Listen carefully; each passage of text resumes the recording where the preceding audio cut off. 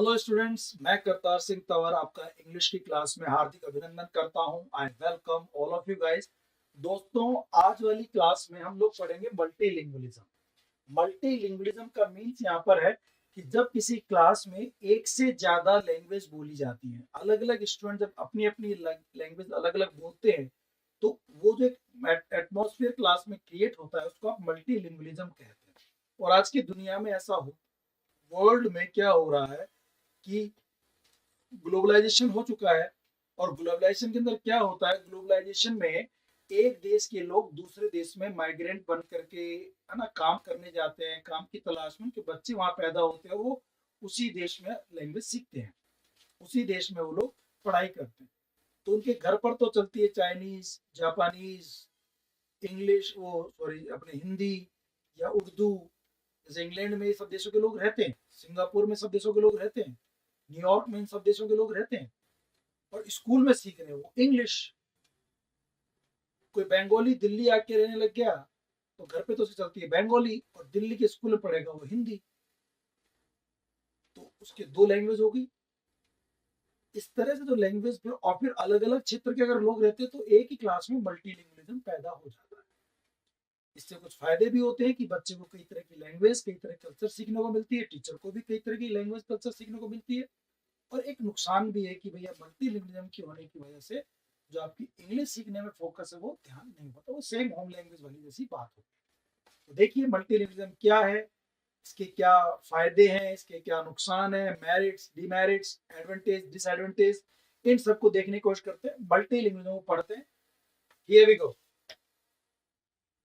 When we welcome home languages, जब हम class में होम लैंग्वेजेस को यूज करते हैं, स्टूडेंट्स अपनी अपनी लैंग्वेज में बोल सकते हैं, घर की लैंग्वेज में, तो मल्टीलिंगुअलिज्म अपने आप एक पैदा हो जाता है, ग्लोबल नॉर्म हो जाता है। अगर आपने क्लास में इन चीजों को बोलने का अलाउ किया है, स्कूल में अपने होम लैंग्वेज बोलने का अलाउ किया है, तो एक ग्लोबल नॉर्म तैयार होता है मल्टीलिंगुअलिज्म का। क्या होती है मल्टीलिंगुअलिज्म?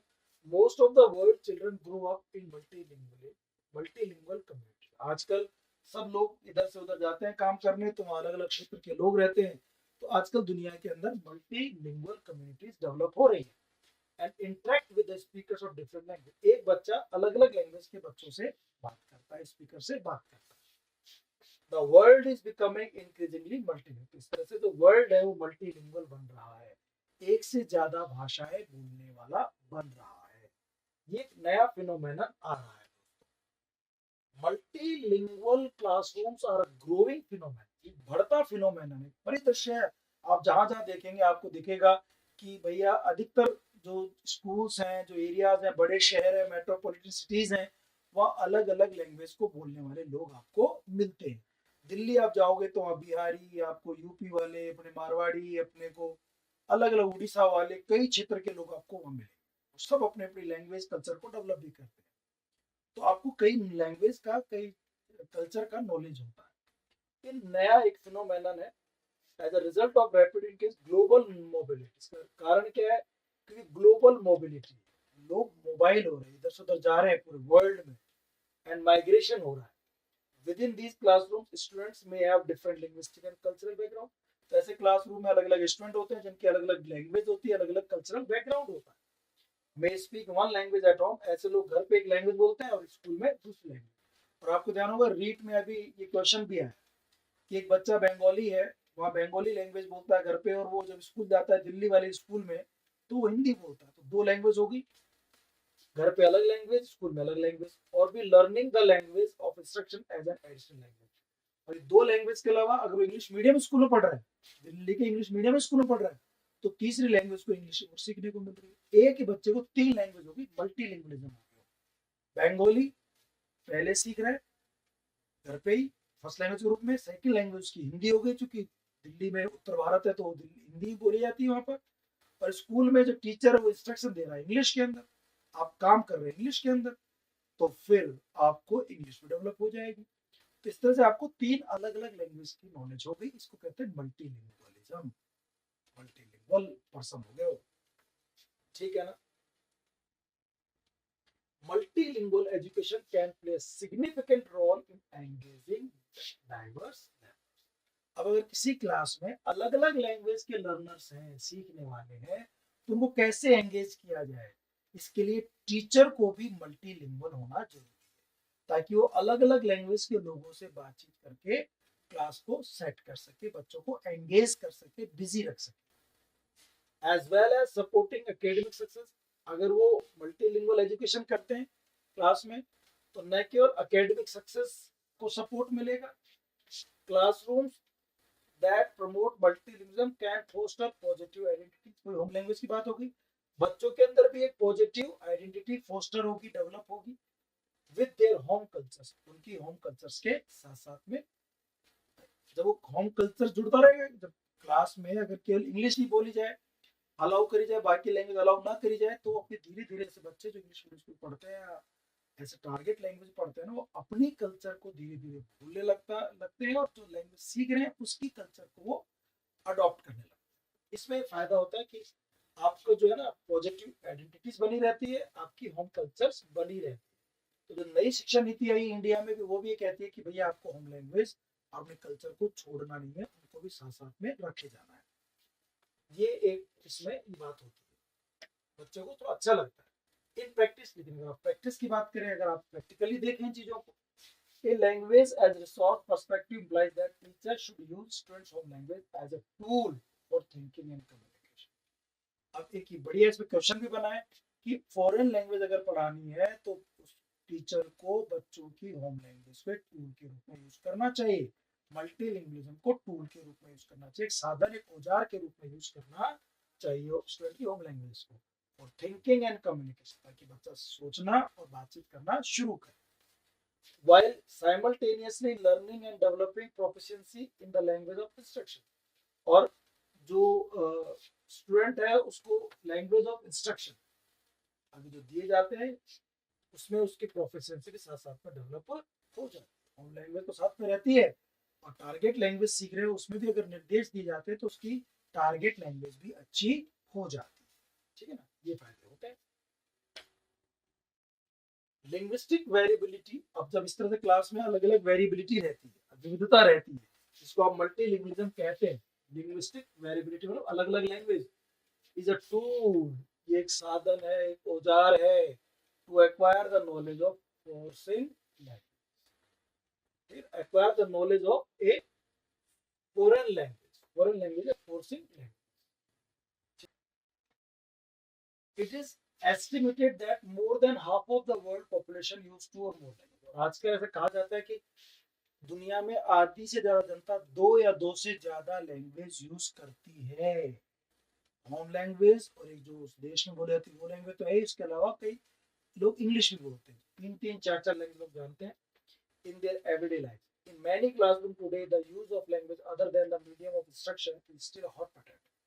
अब मीडियम ऑफ इंस्ट्रक्शन, जो जैसे इंग्लिश सीख रहे हैं तो इंग्लिश हो गया medium of instruction, English medium school है, उसके अलावा लैंग्वेज क्लास में यूज करें नहीं करें, ये हॉट पोटैटो, हॉट पोटैटो एक बड़ा विवाद का विषय है, एक ज्वलंत मुद्दा है जिसपे चर्चा हो रही है। हॉट पोटैटो एक मुहावरा है, इडियम है, जिसका होता है एक कंट्रोवर्शियल इशू और situation which is awkward to deal with. इसको आजकल लोग डील कर रहे हैं, मतलब बड़ा अजीब लग रहा है कि यार हमें कौन सी लैंग्वेज यूज करनी चाहिए। अच्छे इंग्लिश मीडियम स्कूल कहते हैं कि नहीं, आपको होम लैंग्वेज या मल्टीलिंगुअल स्कूल या क्लासरूम नहीं बनाना है, जो मीडियम ऑफ इंस्ट्रक्शन है वही होना चाहिए, इंग्लिश मीडियम स्कूल में इंग्लिश ही बोली जाएगी।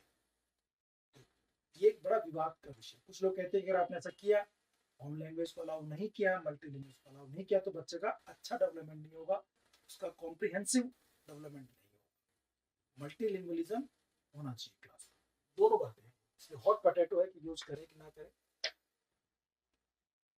Even schools in countries that are generally considered to be multilingual, ऐसे देश जो मल्टीलिंगुअल माने जाते हैं, जैसे अमेरिका है, इंग्लैंड है, often have language policies insisting on the use of one language of instruction। वो लोग भी कहते हैं कि भैया स्कूल में तो एक ही लैंग्वेज में इंस्ट्रक्शंस होने चाहिए, स्कूल है तो इंग्लिश ही बोलना चाहिए। And more importantly, why and how can multilingualism be engaged within the classroom. और सबसे इम्पोर्टेंट बात है, अगर आपने मल्टीलिंगुअलिज्म को अलाउ कर दिया, तो उनको क्यों करोगे आप, ऐसा तो करोगे तो कैसे मैनेज करोगे, एंगेज कैसे करोगे। इतनी सारी लैंग्वेज बोलने वाले स्टूडेंट क्लास में, सबसे अलग अलग लैंग्वेज कैसे बात करोगे आप, उनको मैनेज कैसे करोगे, पेपर कैसे बनाओगे, उनके एग्जाम कैसे लोगे। ये एक बड़ी दिक्कत रहेगी। कई लैंग्वेज तो ऐसी भी होती है जिनकी खुद की कोई मतलब जैसे अपने ना एक स्ट्रक्चर नहीं होता, फॉर्म नहीं होता, ग्रामर नहीं होती है उनकी, तो वो कैसे आप उनको अलाउ करोगे और कैसे उनको आप डेवलप फोस्टर करोगे? मल्टीलिंगुअल जो लैंग्वेज प्रैक्टिसेस होती है whereby speakers use and mix different language, अलग अलग लैंग्वेज यूज करता है, मिक्स करता है कन्वर्सेशन में, are seen as sign of poor language. कई लोग कहते हैं कि आप बीच बीच में जो अपने घर की लैंग्वेज, गांव की लैंग्वेज बोलते हो ना, तो ये अच्छी बात नहीं मानी जाती, पुअर माना जाता है इसको अच्छे ढंग से नहीं देखा जाता, इसको पुअर लैंग्वेज स्किल्स और लेजीनेस माना जाता है कि आप आलसी हैं इसलिए आप इंग्लिश में बोल रहे हैं, बीच में हिंदी में आ गए। One of the major findings, एक बड़ी खोज, इज दैट लैंग्वेजेस, जिनके बारे में बड़ी खोज है, contrary to popular belief that are not stored separately in the brain। कुछ लोग कहते थे कि ब्रेन में जो लैंग्वेज है ना सेपरेट स्थान रखती है। आप इंग्लिश सीख रहे हैं तो इस कोने में है, हिंदी सीख रहे हैं इस कोने में है, संस्कृत सीख रहे हैं अलग इस कोने में, अलग अलग अलग अलग बॉक्स में ये या सेल के अंदर लैंग्वेजेस सेव होती है सेपरेटली। बाद में साइंस ने प्रूव किया कि नहीं, ऐसा नहीं होता, सारी लैंग्वेज एक साथ एक जगह स्टोर होती है और अचानक कोई सी भी लैंग्वेज आप बोल सकते हैं, एक जगह स्टोर होती है। पुराना तरीका था कि ब्रेन में सब अलग अलग जगह होती है separately. One integrated and enactive language system is host to all of the language that a speaker knows. इसके बजाय अब चीज क्या हो गई कि एक ही कोई जगह है, इंटीग्रेटेड इंटरेक्टिव लैंग्वेज कोई सिस्टम है जो होस्ट करता है इन सभी लैंग्वेज को जो स्पीकर जानते हैं। When speaking all of the language are simultaneously active. और जब आप इंग्लिश जब कोई लैंग्वेज बोलते हैं तो सारा जो लैंग्वेज सिस्टम है एक साथ साइमल्टेनियसली एक्टिव हो जाता है। कभी नहीं होता मैं क्लास में इंग्लिश में बात कर रहा हूँ, बात करते करते मैं हिंदी बोलने जाता हूँ, और अगर मान लो मेरे गांव वाले के फोन आ जाए, मेरे पापा मम्मी से बात करनी हो, तो फिर मैं हो सकता है कि अपने गांव की या होम लैंग्वेज यूज करना शुरू कर दूं। एक साथ कभी भी कोई सी भी लैंग्वेज ऐसे एक्टिव हो जाती है क्योंकि एक जगह रहती है। पुराना जमाना था कि भाई अलग अलग लैंग्वेज को, ऐसा कुछ नहीं है, ये नहीं होता। आगे देखिए, however, discouraging multilingualism in the classroom by excluding home language means that students will block out part of the linguistic resources that would otherwise be available to them। लेकिन अगर आपने क्लास से होम लैंग्वेज निकाल दी तो फिर दिक्कत होगी कि उसको दो दो लैंग्वेज एक साथ सीखने का मौका नहीं मिलेगा, तीन तीन लैंग्वेज सीखने का मौका नहीं मिलेगा, अदरवाइज वो अवेलेबल करता सीखता हो। This practice can impact on classroom engagement. इससे क्लासरूम में एंगेजमेंट में भी थोड़ा सा एक अंतर आता है, बच्चा इन्वॉल्व नहीं हो पाता। As knowledge acquired in the home language may not be access. आपको होम लैंग्वेज से जो ज्ञान प्राप्त होता है वो अब एक्सेस नहीं हो पाएगा, वो आप नहीं सीख पाओगे, उसको प्राप्त नहीं कर पाओगे। And student may hold back from engaging in classroom discussion. और फिर बच्चा जो है क्लासरूम डिस्कशन में पीछे खींचेगा, होल्ड बैक, अपने आप को पीछे खींचेगा, शामिल नहीं होगा। अगर उसको मदर टंग का यूज करने का मौका देते हैं, होम लैंग्वेज का यूज करने का मौका देते हैं, तो वो हो सकता है कि चीजों को यूज करे। It can also have negative ramification for student. इससे स्टूडेंट्स के सोशल और इमोशनल डेवलपमेंट पे भी रेमिफिकेशन पड़ते हैं, रिजल्ट्स पड़ते हैं, प्रभाव पड़ते हैं, नेगेटिव प्रभाव पड़ते हैं। वो न तो अपने कल्चर में इन्वॉल्व हो पाता है और न अपने पेरेंट्स के साथ, और अपने कल्चर्स को, अपने रिचुअल्स को, अपने जो संस्कार है उनको भूल जाता है, कस्टम्स को भूल जाता है। As part of their cultural identity is not acknowledge, क्योंकि उसको अपने कल्चरल एक्टिविटी, कल्चरल जो उसकी जो भी उसका आइडेंटिटी है उसको भूलने लगता है। तो देखना बहुत ऐसे बच्चे जो बाहर पढ़ रहे हैं, दूसरे जगह पढ़ रहे हैं, इंग्लिश मीडियम स्कूल पढ़ रहे हैं, उनको अपने घर की कल्चर, रीति रिवाज, इन सबसे कोई खास लेना देना नहीं होता। तो एक बड़ा नुकसान ये देखने को मिल सकता है अगर आप ऐसा करोगे तो। एक पूरे तरह से एक तरह से मतलब कह सकते हैं कि ये क्या है मल्टीलिंगुअलिज्म से, क्या फायदे क्या नुकसान है, उसको हम पढ़ने की कोशिश कर रहे हैं। आगे देखिए, supporting multilingualism in the classroom can be valuable pedagogical practice. यदि आप सपोर्ट करते हो तो बढ़िया पेडागोजिकल प्रैक्टिस है, बढ़िया चीज है। With positive effects on students academic performance, क्योंकि इससे उनके बच्चों के एकेडमिक परफॉर्मेंस पे फायदा होता है, as well as social and emotional wellbeing, और उससे उनका जो है सोशल और इमोशनल वेलबींग का भी फायदा होता है। दोनों तरह के फायदे उनको होते हैं, ठीक है ना। आगे बढ़ते हैं।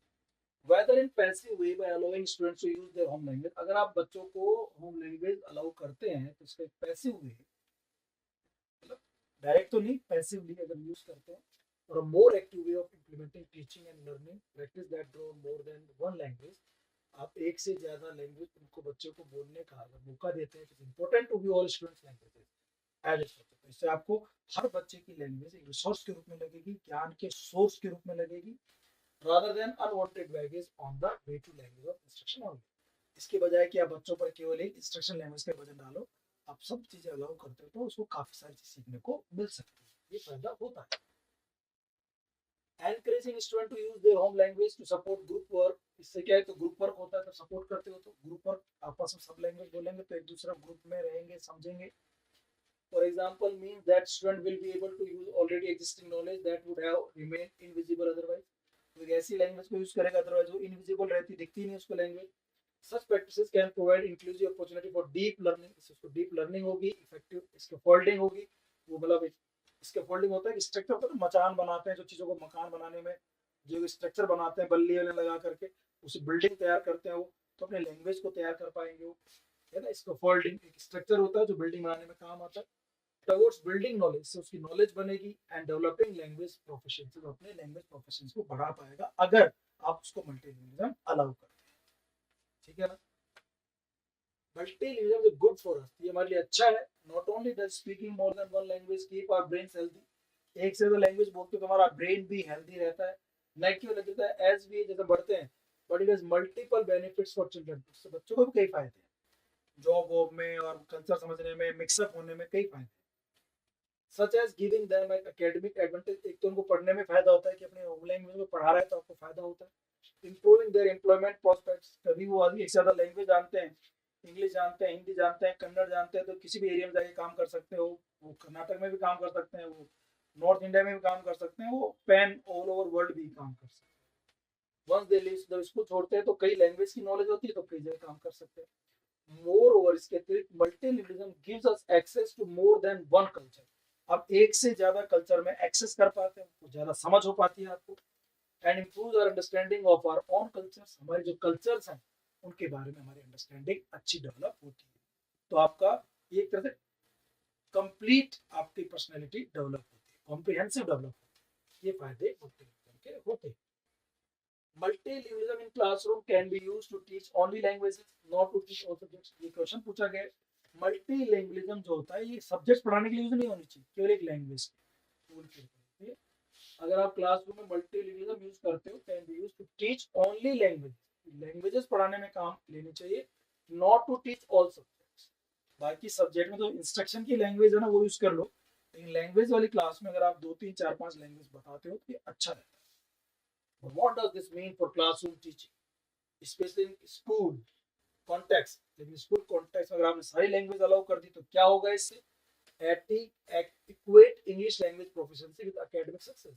क्या एकेडमिक सक्सेस में आपको इंग्लिश की लैंग्वेज की प्रोफिशिएंसी प्राप्त हो जाएगी? हाउ कैन टीचर्स हार्नेस, और टीचर कैसे हार्नेस करेगा, कैसे कैसे कंट्रोल करेगा बच्चों को? Benefits of their students multilingualism while simultaneously helping them to develop academic language they need to succeed।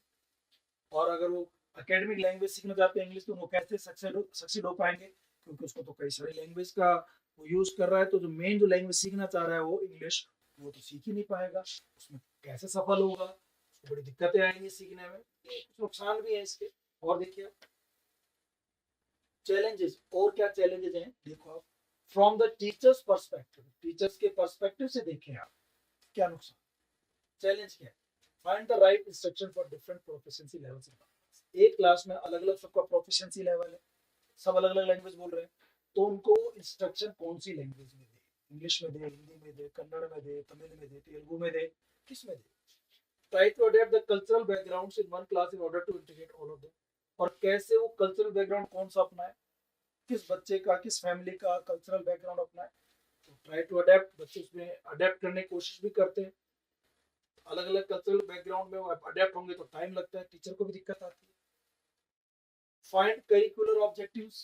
अब आपका करिकुलर ऑब्जेक्टिव्स क्या होगा, पाठ्यक्रम क्या होगा? अलग अलग लैंग्वेज पढ़ा रहे तो कौन सी लैंग्वेज है, क्या पाठ्यक्रम रखोगे according to mono multilingual pedagogies? Mono language use कर रहे हो कि बाई कर रहे हो कि मल्टीलिंगुअल कर रहे हो, इसका एक बड़ी दिक्कत आएगी। किस तरह का पाठ्यक्रम बनाओगे आप? Consider possible pressure from parents in case they pay money for the education of their children. Parents का भी टीचर को प्रेशर झेलना पड़ता है कि हमारी लैंग्वेज हमारी कल्चर यूज करो। और डिफरेंट ओरल रिटन प्रोफिशिएंसी, और सब लैंग्वेज की अलग अलग ओरल और रिटन प्रोफिशिएंसीज होती हैं। उन सब पे एक तरह से कॉम्पिटेंसी हासिल करना बहुत डिफिकल्ट काम रहता है। कैसे टीचर को मैनेज करेगा, ये सब बातें हैं। इसके बाद फैमिली से रिलेटेड जोड़ते हैं। फैमिली के भी कुछ इश्यूज हो सकते हैं। हर फैमिली चाहेगी कि हमारी लैंग्वेज को आगे बढ़ाया जाए, उनको टेंशन रहेगी उनकी लैंग्वेज के कल्चर के बारे में लेकर के दिक्कत रहती है। The Prestige of the family language, her language family language का एक प्रेस्टीज होता है। वो मानता है कि हमारी तेलुगु अच्छी है, कोई मानता है तमिल अच्छी है, कोई मानता है कन्नड़, कोई कहता है हमारी पंजाबी अच्छी है। तो सब लैंग्वेज के अलग अलग एक प्रेस्टीज होती है।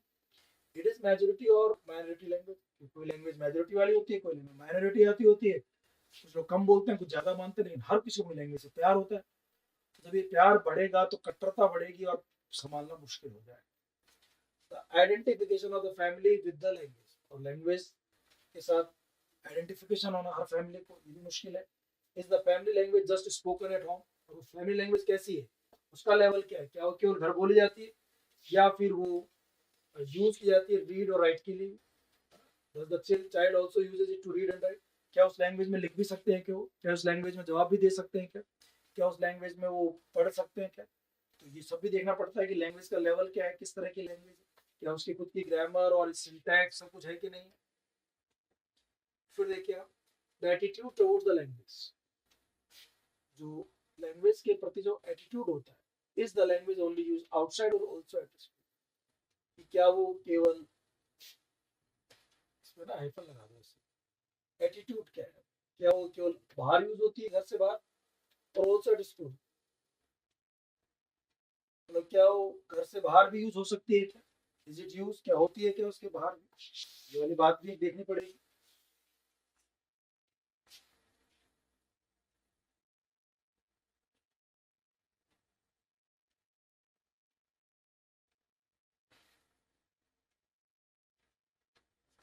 Is the language only use outside और आल्सो एट स्कूल, क्या आउटसाइड तो होती है स्कूल से बाहर भी होती है क्या, लैंग्वेज देखनी पड़ेगी।